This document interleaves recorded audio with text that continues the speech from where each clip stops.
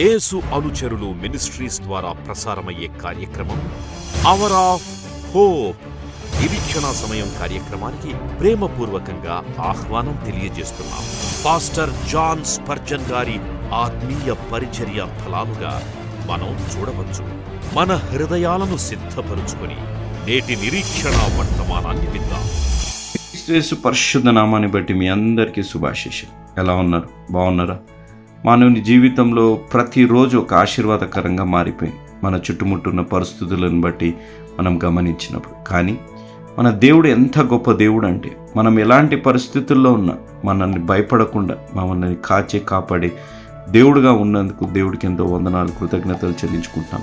భయపడకుడి అని చెప్పి మనల్ని బలపరిచే దేవుడు, మనల్ని ఆశీర్వదించే దేవుడు, మనల్ని దీవించే దేవుడు. ఇంత గొప్ప సత్యాన్ని గ్రహించి వారు వెళ్ళలేకపోయినా వెళ్ళేలాంటి యేసు అనుచరుల పరిచర్యను ప్రోత్సహిస్తూ బలపరుస్తున్న మా ప్రియులు, మా ఆప్తులు, తల్లి సమానులైన జయశ్రీ క్రిస్టఫర్ ఆంటీ గారి కొరకే, వైఫ్ ఆఫ్ లేట్ క్రిస్టఫర్ గారు, వారు ఒంగోలు ప్రకాశం వాస్తవ్యులు, వారి కొరకు ప్రత్యేకంగా ప్రార్థిస్తాం. కృపా సత్య సంపూర్ణుడైన దేవ, జీవం కలిగిన మా దేవ, మా ప్రియులు, మా ఆప్తులు, తల్లి సమానులు జయశ్రీ ఆంటీ గారి కొరకే మేము ప్రార్థిస్తున్నాము. తండ్రి, అమ్మగారి జీవితాలు ఎంత భయపడే పరిస్థితుల్లో ఉన్నా మీరు వారు తోడై ఉండి తనను ధైర్యపరిచినందుకు మీకు స్తుతులు, స్తోత్రాలు. వారికి ఇచ్చిన 2 బిడ్డలను బట్టి, శ్వేత గారు తన భర్త మహేష్ బాబు గారి కొరకే, వారికి ఇచ్చిన సంతానాన్ని బట్టి ఎంతో వందనాలు. కుటుంబం అంతా లోతైన రక్షణానుభవంలో నడిపించమని మేము వేడుకుంటున్నాం. అదేవిధంగా సంయుక్తాన్ని బట్టి మీకు స్తుతులు, స్తోత్రాలు. ప్రభా, బిడ్డకి ఇచ్చిన ఉద్యోగాన్ని బట్టి ఎంతో వందనాలు. బిడ్డ వివాహం కొరకే ప్రార్థిస్తూ ఉన్నాం. బిడ్డలను దీవించి ఆశీర్వదించి బలపరచమని మేము వేడుకుంటున్నాం. తండ్రి, ఈ కుటుంబం వారు వెళ్ళలేకపోయినా సొంత కుమారులుగా భావించి యేసు అనుచరుల పరిచర్యను ప్రోత్సహిస్తున్న విధానాన్ని బట్టి మీకు స్తుతులు, స్తోత్రాలు. ఈ కుటుంబాన్ని నిండుగా మెండుగా దీవించండి.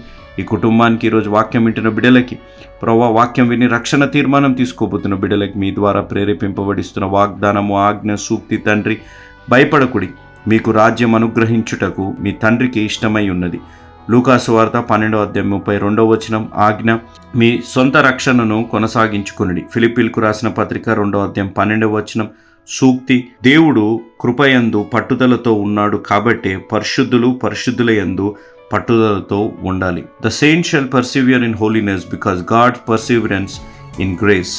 తండ్రి, సూక్తి మా జీవితాల ఆత్మీయ మేల్కొల్పు తెచ్చి ఆజ్ఞానుసారంగా జీవించి ఈ వాగ్దానం మా జీవితాల్లో నెరవేరులాగా నడిపించి, ఈ వాక్యం వింటున్న బిడ్డలని, వాక్యం విని రక్షణ తీర్మానం తీసుకోబోతున్న బిడ్డలని, ఈ కుటుంబాన్ని, తల్లిగారు జయశ్రీ గారిని, వారి 2 బిడ్డల్ని, కుటుంబాన్ని, వారి జీవితాల్లో ఉన్న ప్రతి ప్రార్థన అవసరతను నెరవేర్చి దీవించి ఆశీర్వదించున్నాం. యేసు నామమున అడిగి వేడుకున్నాం తండ్రి, ఆమేన్. యోబు గ్రంథంలో యోబు అన్నీ నష్టపోయాడు. అన్నీ, ఆస్తి పోయింది, పిల్లలు పోయారు, ఉన్న పలుకుబడి పోయింది, ఆరోగ్యం పోయింది, ఉన్న అన్ని క్షీణించి పని. దేవుని చిత్తంలో ఉండి కష్టపడ్డాడు, దేవుని చిత్తంలో ఉండి నష్టపడ్డాడు. దేవుని చిత్తంలో ఉండి కష్టపడుట ఒకవైపు, నెంబర్ 1. నెంబర్ 2, యోనా జీవితం తీసుకోండి. యోనా జీవితం, సొంత నిర్ణయాలు. యోనాను ఎక్కడ వెళ్ళమన్నారు ప్రభు వారు? ఎక్కడికి వెళ్ళాడు? ప్రభు, నీ మాటనే విన్నాను కదా.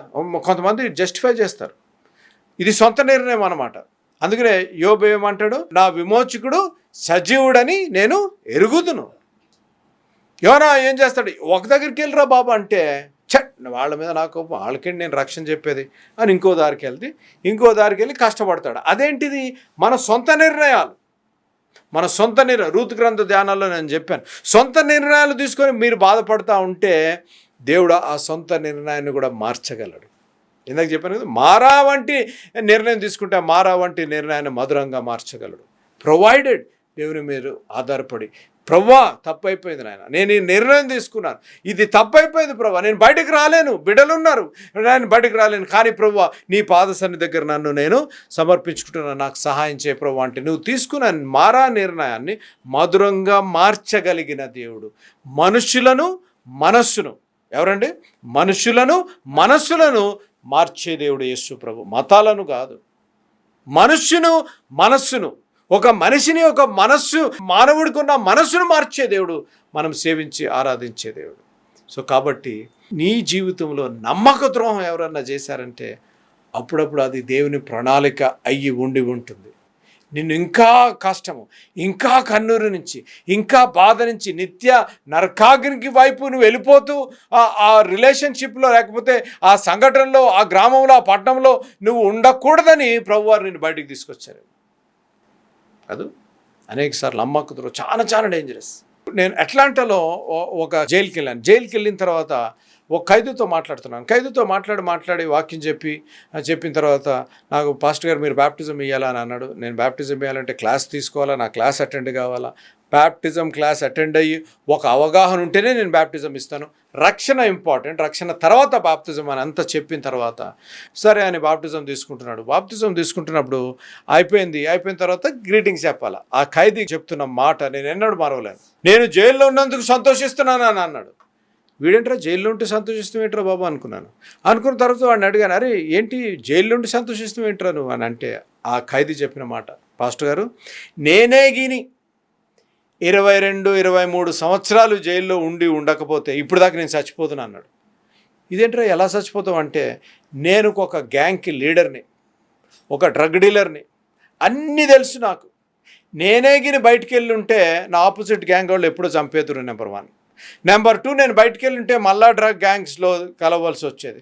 మూడోది డెఫినెట్ నా మరణము ఖాయము. ఎందుకంటే నేను చేసిన వేరే గ్యాంగ్తో నాకున్న వైరము బట్టి నన్ను డెఫినెట్గా చంపేసేవారు.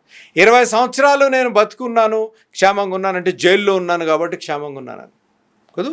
ఇనిషియల్గా జైలుకి వచ్చినప్పుడు అనుకున్నాడు అంటే, అరే ఇదేంటి అనవసరంగా జైలుకి వచ్చాను నేనని.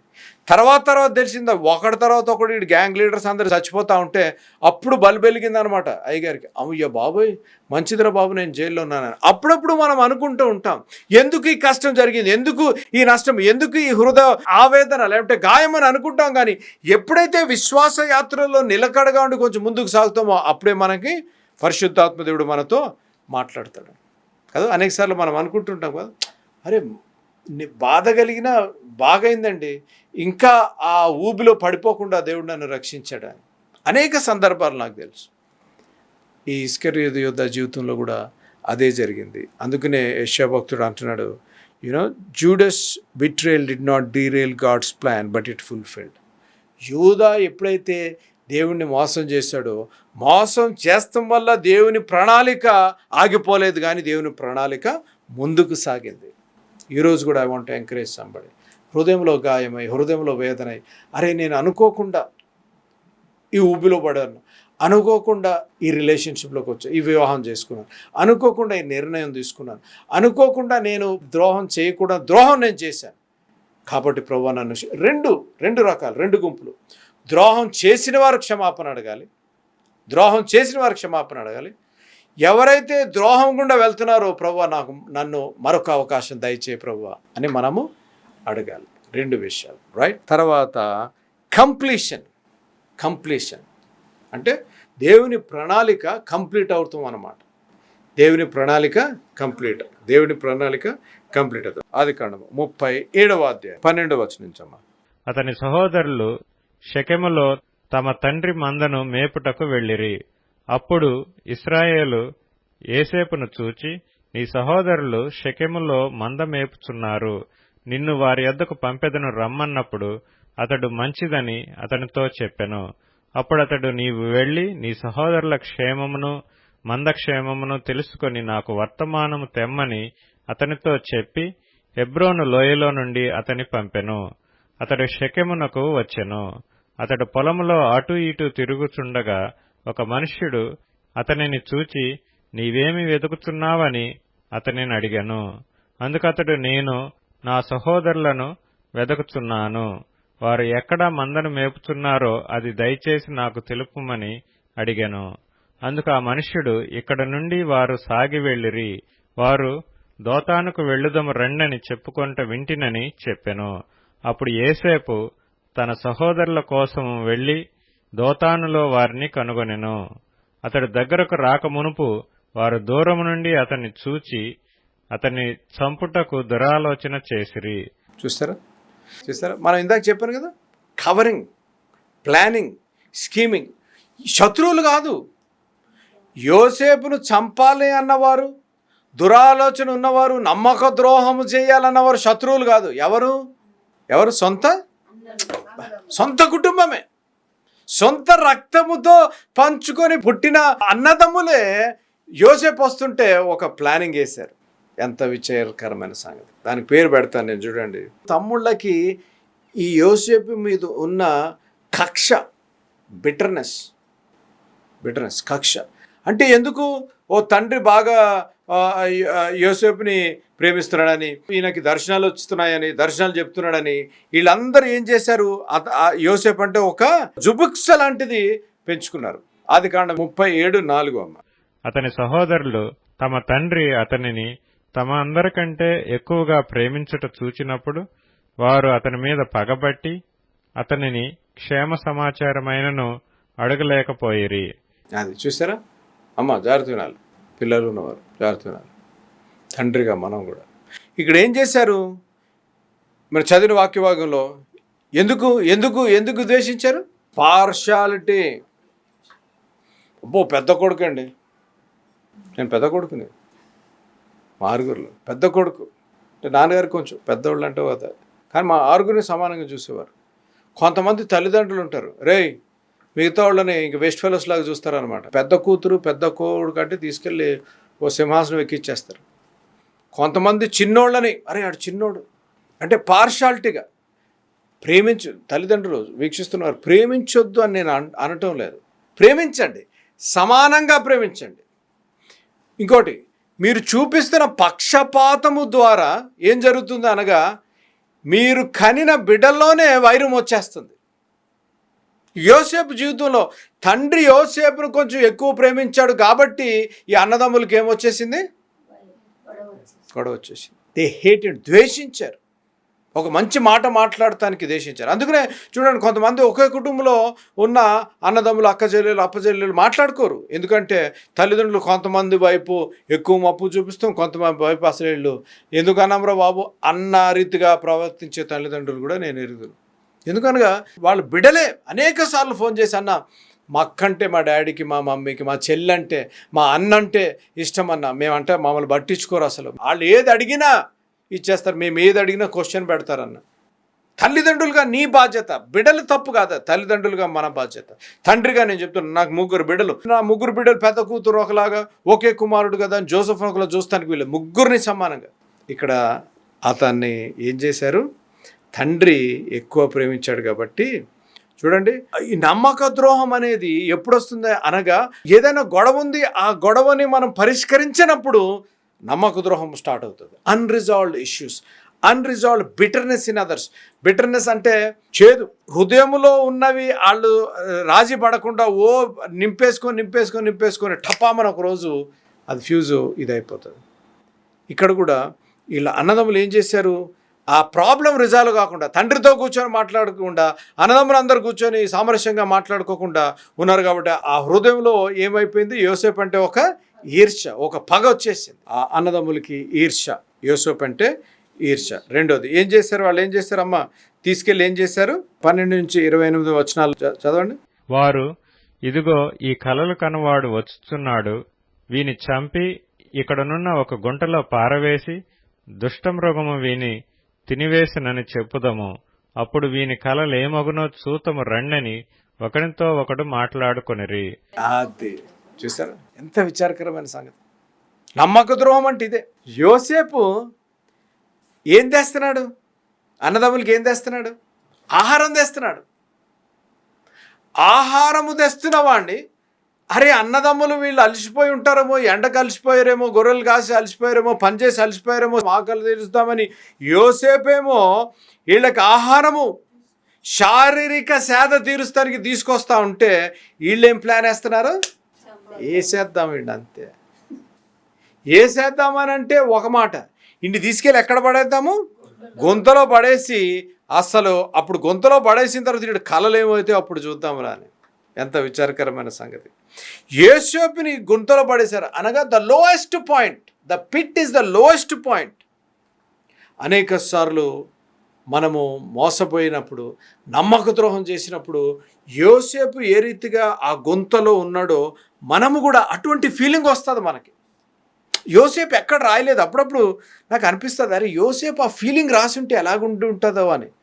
అరే అన్నదమ్ములే నన్ను పడేస్తుంటే, అన్నదమ్ములే నన్ను దోసేస్తుంటే, గుంతలో ఎంత లోతుందో అది, ఆ గుంతలో దోసేస్తూ ఉంటే ఎలాగ ఫీల్ అయి ఉంటాడు, అసలు ఏమని ఉండి ఉంటాడో అని అప్పుడప్పుడు నాకు అనిపిస్తుంది. ఎంత విచారకరమైన సంగతి. వాక్యం వీక్షిస్తున్న బిడ్డలు, వింటున్న బిడ్డలు గమనించవలసిన విషయం, మనల్ని కూడా నమ్మక ద్రోహం గుండా మనం వెళ్ళినప్పుడు we go into the pit, dark pit. కానీ శుభకరమైన వార్త, ఏ గుంతలో మనల్ని పడేశారు, ఏ అంధకారము వంటి గుంత గుండా, లోయెస్ట్ పాయింట్ గుండా మీరు వెళ్తా ఉంటే అక్కడి నుంచే, ఆ గుంతలో నుంచే తీసి దేవుడు ఉన్నతమైన స్థాయికి దేవుడు మనల్ని లేవనెత్తే దేవుడు. హల్లెలూయా. దేవుని యందు నమ్మకం ఉంచాలి, దేవుని మీద ఆధారపడాలి. గుంతలో పడేసి వెళ్ళిపోతూ ఉంటే అసలు అరే ఇదేంట్రా నన్ను గుంతలో పడేశారనే షాక్లో ఉండుంటాడు యోసేపు. వెళ్ళిపోతున్నారా బాబు, ఎంత విచారకరమైన కాదు. అనేక సార్లు మన జీవితాల్లో కూడా నమ్మక ద్రోహం చేసినప్పుడు, నమ్మక ద్రోహం చేసి వెళ్ళిపోతూ ఉంటే అసలు తట్టుకోలేని బాధ, తట్టుకోలేని వేదన. కానీ ఆ దాంట్లో దేవుడు అద్భుతాలు చేసే దేవుడు. ఎక్కడున్నామో అక్కడ మనల్ని అద్భుతాలు చేసే దేవుడు. అయిపోయింది, గుంతలో పెట్టేశారు. గుంతలో పెట్టిన తర్వాత ఏమైంది అమ్మ? గుంతలో పెట్టిన తర్వాత రూబేను ఆ మాట విని, మనము వానిని చంపరాదని చెప్పి వారి చేతులలో పడకుండా అతన్ని విడిపించెను. ఎట్లనగా రూబేను అతని తండ్రికి అతని అప్పగించుటకై వారి చేతులలో పడకుండా అతని విడిపింపదలచి, రక్తము చిందింపకుడి, అతనికి హాని ఏమీయూ చేయక అడవిలోనున్న ఈ గుంటలో అతని పడద్రోయుడని వారితో చెప్పెను. యోసేపు తన సహోదరుల యొద్దకు వచ్చినప్పుడు వారు యోసేపు అంగీని, అతడు తొడుక్కొని ఇండిన ఆ విచిత్రమైన నిలువుటంగీని తీసివేసి అతని పట్టుకొని ఆ గుంటలో పడద్రోసిరి. ఆ గుంట వట్టిది, అందులో నీళ్లు లేవు.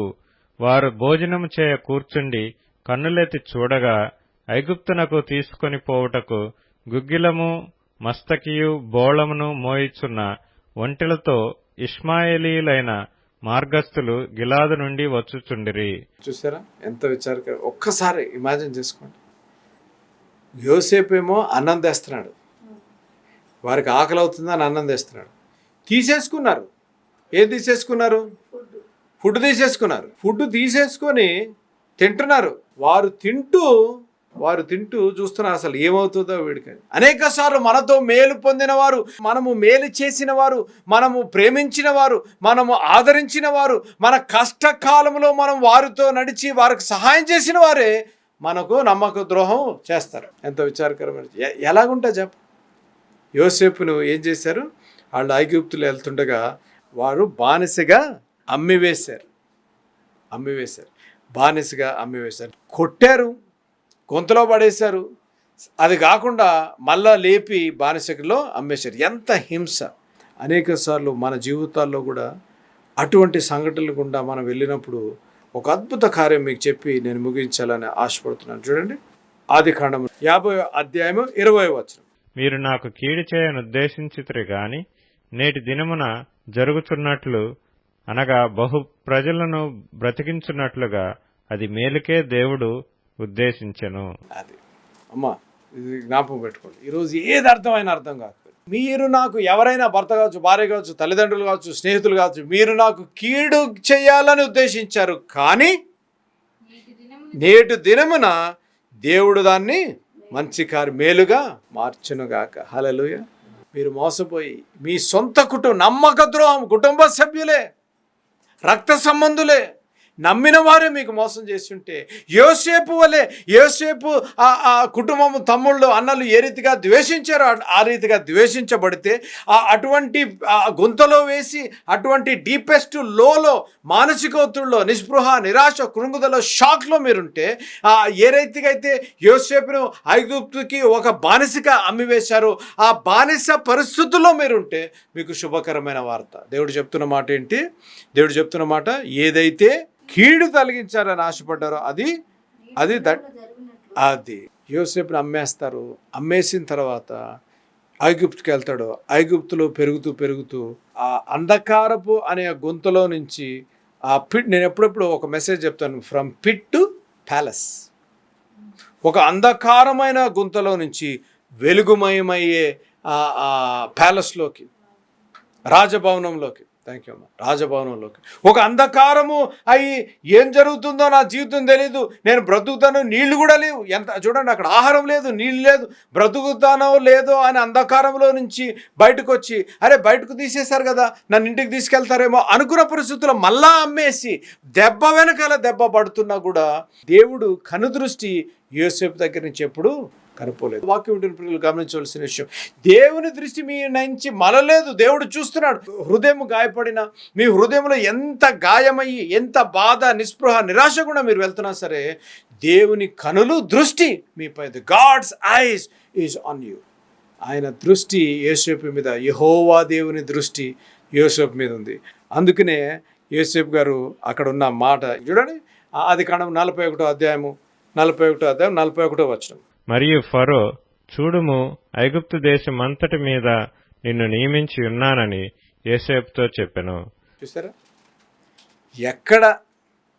ఎక్కడ గొంత, ఎక్కడ అంధకారము, ఎక్కడ చచ్చిపోతాను, ఎక్కడ ఫ్రస్ట్రేషన్, ఎక్కడ బాధ, ఎక్కడ అయోమయమైన పరిస్థితి, ఎటువంటి పరిస్థితుల్లో నుంచి యోసేపు కనుదృష్టి మన విశ్వాసమునకు కర్త దాన్ని కొనసాగించు యేసు వైపు చూడాలి. ఎప్పుడైతే యోసేపు యెహోవా దేవుని వైపు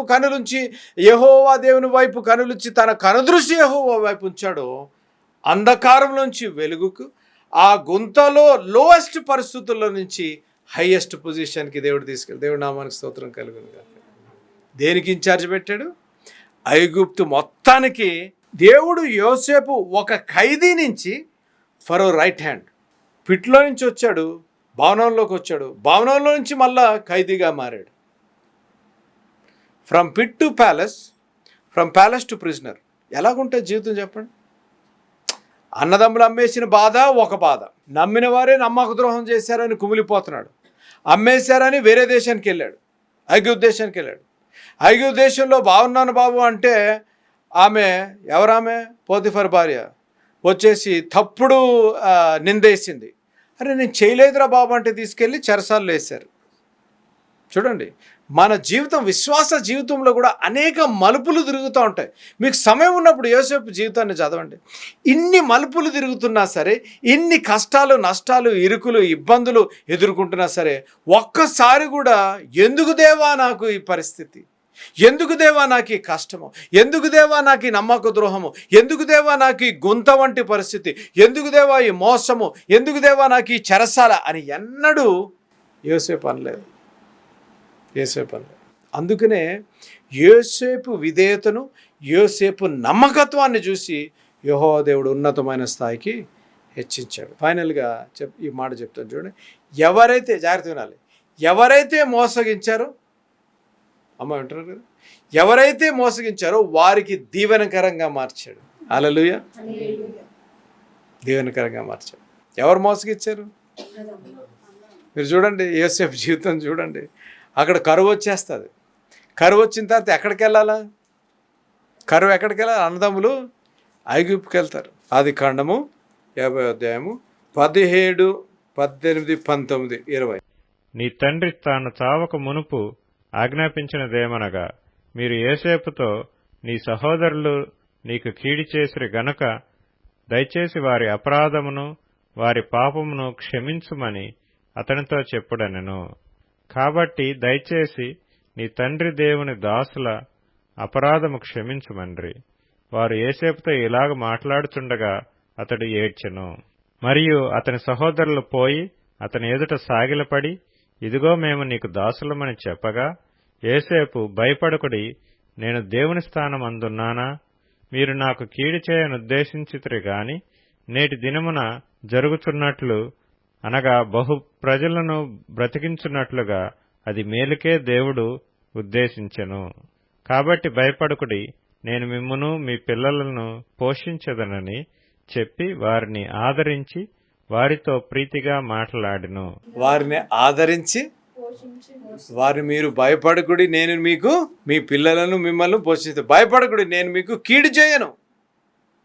మీరు నాకు హాని చేశారు కానీ ఆ హాని దీవెనకరంగా మారింది. ఎవరైతే మన కీడు చేస్తారో, ఎవరైతే మనం నమ్మక ద్రోహం చేస్తారో, ఆ నమ్మక ద్రోహము చేసిన వారిని దేవునికి అప్పచెప్పినట్లయితే మనము రివెంజ్ తీర్చుకోకుండా, మనము మాట్లాడకుండా, మనము దేవుని వాక్యపు వెలుగులో యేసు అనుచరులుగా, చాలా కష్టం. చెప్తాం చాలా ఈజీ, పాటిస్తాం చాలా కష్టం.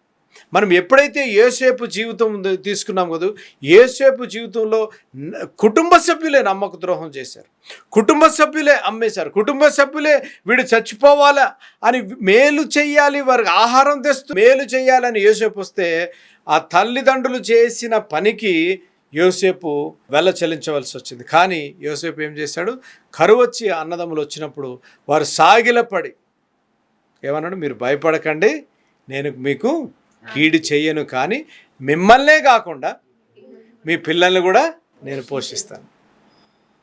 బ్లెస్సింగ్ ద బిట్రేయర్స్, ఇంగ్లీష్లో చెప్పాల్సి వస్తే బ్లెస్సింగ్ చాలా కష్టం. మనకు నమ్మక ద్రోహం, నేను అడుగుతున్నాను ఓపెన్గా, నమ్మక ద్రోహం చేసిన వారిని మీరు ఎదురైతే రెండు బ్రదర్ బిర్యానీ తిందాం వెళ్ళాను అంటారా? అస్సలు మానవ నైజము. మనకు నమ్మక ద్రోహం చేసిన వారిని ఎవరన్నా కనపడితే ఫస్ట్ ఏమవుతుంది, అమ్మ బీపీ వచ్చేస్తుంది ఫస్ట్. మన అప్పుడు బీపీ మనం చూసుకుంటే బీపీ మెషిన్ కూడా పగిలిపోతుంది కదా. బ్లడ్ ప్రెషర్ లేనోడు కూడా బ్లడ్ ప్రెషర్ వచ్చేస్తుంది, మానవ సహజం. కానీ ఈరోజు మనం నేర్చుకోవాల్సింది ఏంటి అనగా, యోసేపు ఏ రీతిగా ఏది మాట్లాడకుండా వారు ఏది చేస్తున్నా నేను నమ్మిన దేవుడు నమ్మదగిన దేవుడు, సజీవుడైన దేవుడు, ఆయన వాగ్దానం ఇచ్చాడు, నిన్ను హెచ్చిస్తాను, నిన్ను దీవిస్తాను అన్న దేవుడు దీవించే దేవుడు. కాబట్టి యెహోవా మీద ఆధారపడండి. ఏ రీతిగా యోసేపు జీవితాన్ని ఒక గుంతలో నుంచి తీసుకెళ్ళి ఒక రాజుగా పెట్టాడో, వాక్యం వింటున్నవారు వీక్షిస్తున్నవారు అటువంటి నమ్మక ద్రోహం మన జీవితంలో జరిగినప్పుడు ఏ రీతిగా స్పందించాలి. యేసుప్రభు వారు ఇస్కరియోతను ఏమన్నారు, స్నేహితుడా అన్నారు. కామ్నెస్, గొడవ చేసేసి అరిచేసి పెట్టేసి గిన్నెలు ఇసిరేసేసి అది చేసి ఇది చేసి కాదు, కామ్నెస్. మనం నేర్చుకోవాల్సిన పాఠము, నమ్మక ద్రోహం చేసిన వారిని దీవించేవారుగా మనం ఉండాలి, నమ్మక ద్రోహం చేసిన వారి గురించి ప్రార్థించేవారుగా మనం ఉండాలి. నమ్మక ద్రోహం చేసినప్పటికీ కూడా దాంట్లో మేలు ఏదో దాగి ఉందని మనం దేవుని మీద ఆధారపడాలి. అటు కృపా పరిశుద్ధాత్మదేవుడు మనకు అనుగ్రహించునుగాక. Praise the Lord. ఈ సాయంకాల సమయంలో ప్రత్యేకంగా ఒక మనవి చేయాలని ఆశపడుతున్నాను. మరి టీవీ కార్యక్రమాలు ఎందుకు ప్రారంభించారు అనే విజన్ నాన్నగారి మాటల ద్వారా మనం విందాం. ఈ కార్యక్రమాన్ని నిర్వహించడానికి నేను ఎంతో ధైర్యం చేశాను అనే విషయాన్ని జ్ఞాపకం చేస్తున్నాను. డబ్బుండి కార్యక్రమాన్ని ప్రారంభించలేదు, నన్ను రక్షించి ఇంతవరకు పిలిచిన ప్రభు ఉన్నారు అని, తదుపరి విశ్వాసులైన మీరు ఉన్నారు అనే ధైర్యంతో ఈ కార్యక్రమాన్ని కొనసాగిస్తున్నాం. విన్నారు కదా, నాన్నగారు దేవుని మీద ఆధారపడుతూ దేవుడు ఉన్నారని, తర్వాత ప్రోత్సహించి ప్రేమించే మీరు ఉన్నారని నాన్నగారు ఈ టీవీ కార్యక్రమం ప్రారంభించారు. మరి నాన్నగారు లేరు కదా అని టీవీ కార్యక్రమాలు ఆగిపోకుండా కొనసాగించాలని, నాన్నగారు హృదయాభిలాష ఆత్మల రక్షణ, నశించు ఆత్మల పట్ల భారము, కుటుంబాలు కట్టబడాలని, ఆత్మలు రక్షింపబడాలని నాన్నగారు హృదయాభిలాష. దేవుని హృదయాభిలాష కూడా అదే ఉద్యమంలో యేసు అనుచరులుగా మరి నేను తమ్ముడు బాక్సింగ్ ముందుకు కొనసాగాలని ఆశపడుతున్నాము. 40 సంవత్సరాలు పైగా నాన్నగారితో మీరు తోడున్నారు, నాన్నగారిని ప్రోత్సహించారు, ఇంత సేవ చేయగలిగారు అనగా దేవుని కృప, తర్వాత మీరు చేసిన సహకారము, మీరు చేసిన ప్రార్థనలు, అదే సహకారము అదే ప్రార్థన మరి నాతో పాటు బాక్సింగ్తో పాటు కూడా ఉంటుందని నేను ఆశిస్తున్నాను. మరి ఈ టీవీ కార్యక్రమాలు ఆగకుండా సాగాలి అనగా మీ ప్రార్థన సహకారము, మరి మీ ఆర్థిక సహకారము ఎంతైనా అవసరము. మరి మీ చేతులు మాతో పాటు కలపండి. మీ గురించి నిత్యము ప్రార్థించి నశించు ఆత్మల పట్ల మా ఆఖరి శ్వాస వరకు, నేను ఆఖరి శ్వాస వరకు మేము పనిచేస్తాము అని నేను తెలియజేస్తున్నాను. కాబట్టి మరొకసారి దేవుడు మిమ్మల్ని దీవించి ఆశీర్వదించును గాక. May God bless you.